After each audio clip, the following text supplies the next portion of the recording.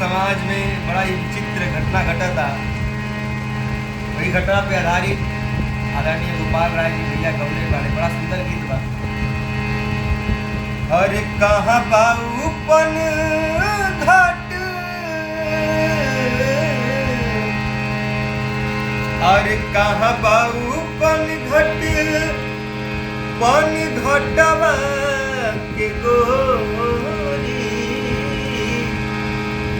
और कहाँ बिया माई जे सुनावत रहे लोरी। आज माई कहाँ गई जौन अपना लइकन के अचरा के तरे ओढ़ा के लोरी सुनावत रहनी, चंदा मामा की कहानी बतावत रहनी। पहले जब लइका रोवे तो माई उनका के लोरी सुनावे, कहानी सुनावे, चंदा मामा के बारे में बतावे। लेकिन अब जब लइका रो ताड़े तो माई उनका के मोबाइल थमावता है, कार्टून दिखावता है। बड़ी सुंदर रचना बा। अरे कहाँ बाऊ पन घट पन घटवा के गोरी, और कहाँ बिया माई जे सुनावत रहे लोरी। अरे कहाँ बिया माई जे सुनावत रहे लोरी। ये तो एक परिवर्तन। दूसरा परिवर्तन सुनी। पर परिवार मली कार पुरानिया, अरे हाथ भर घुंघटार काढ़े वाली कनिया, अरे हाथ भर घुंघटार काढ़े वाली कनिया।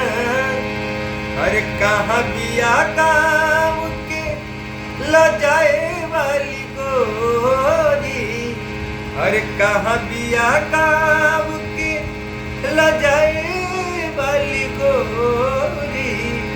अरे कहाँ बिया माई जे सुनावत रहे लोरी, अरे कहाँ बिया माई जे सुनावत रहे लोरी।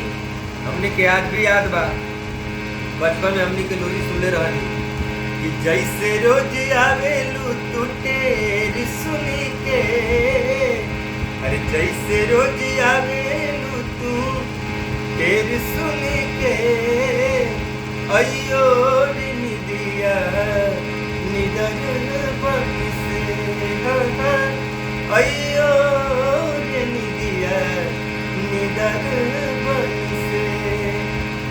आगे के अंतरा में बड़ा सुंदर गोपाल भैया गौले कि आल्हाया लोरी और मुछैल गवैया, अरे मानस महाभारत के पढ़वैया, मानस महाभारत के पढ़वैया।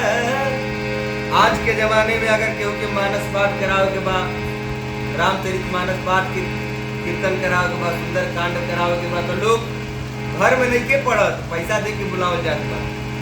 एक तरफ गीता, एक तरफ रामायण जी अलमारी पर रखल बाड़े, लेकिन सोचिए कि वो संस्कार घर वालों सुन ले तो असंभव बा। बहुत बिरले घर हुई जिनके घर में रामायण रोज होत हुई। आज के युग में रामायण के बजाय लोग अखबार पढ़ता। ये बदलाव हुआ है हमारे समाज में।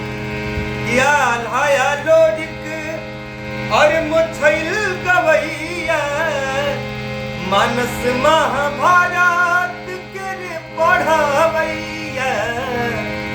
अरे कहाँ बिया गाँव के गवाए वाला होरी, अरे कहाँ बिया गाँव के गवाए वाला हो।